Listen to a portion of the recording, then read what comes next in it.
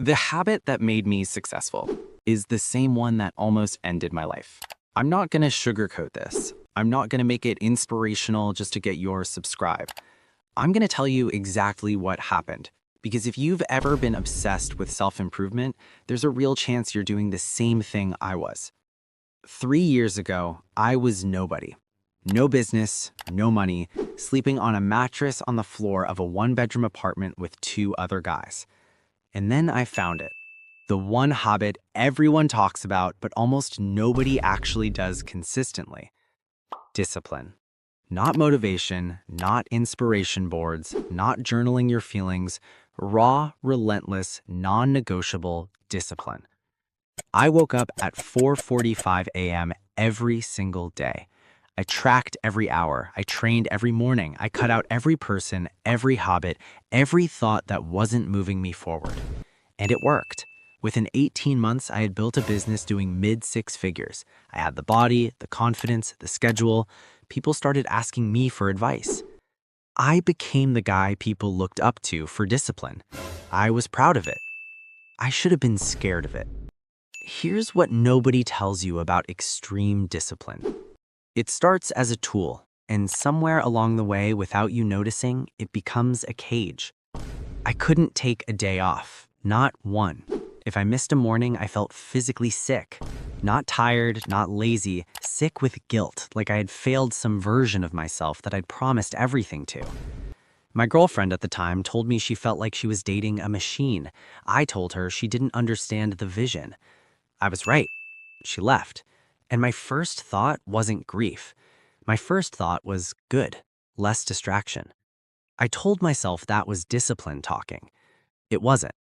That was something breaking inside me, slowly, quietly, the way a bone fractures under pressure, no sound, no visible crack, until one day it just gives out completely. The day it gave out for me was a Tuesday. I was in the middle of my fourth hour of work before 9 a.m. I had my coffee, my to-do list, my plan, and I just stopped. I sat there and I couldn't feel anything. Not ambition, not drive, not even emptiness, just nothing.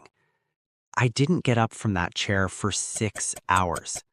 I want to be careful how I say this next part, because I know half of you are going to hear it wrong. I'm not here to tell you discipline is bad. Discipline changed my life. It will change yours. But I had confused discipline with self-punishment.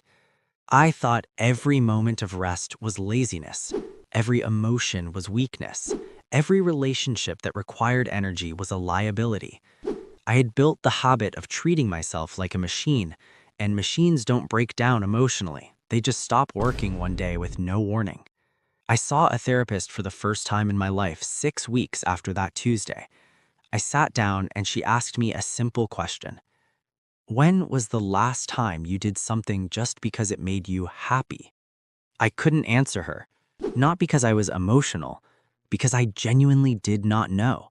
I had optimized every single hour of my life for output, and somewhere in that process I had deleted joy so completely that I couldn't even locate it anymore. That's not discipline. That's self-destruction wearing discipline's clothes. So here's what I learned, and what took me 2 more years to actually apply. Discipline is only a tool if you know what you're building. If you don't have a clear answer for why you're building, not what you want, but why you need it, then discipline becomes the goal itself. And when discipline becomes the goal, everything that makes you human becomes the enemy.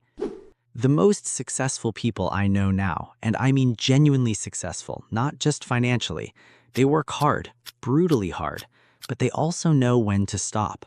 They have people they love, they have moments they protect from optimization, they understand that rest isn't the opposite of discipline.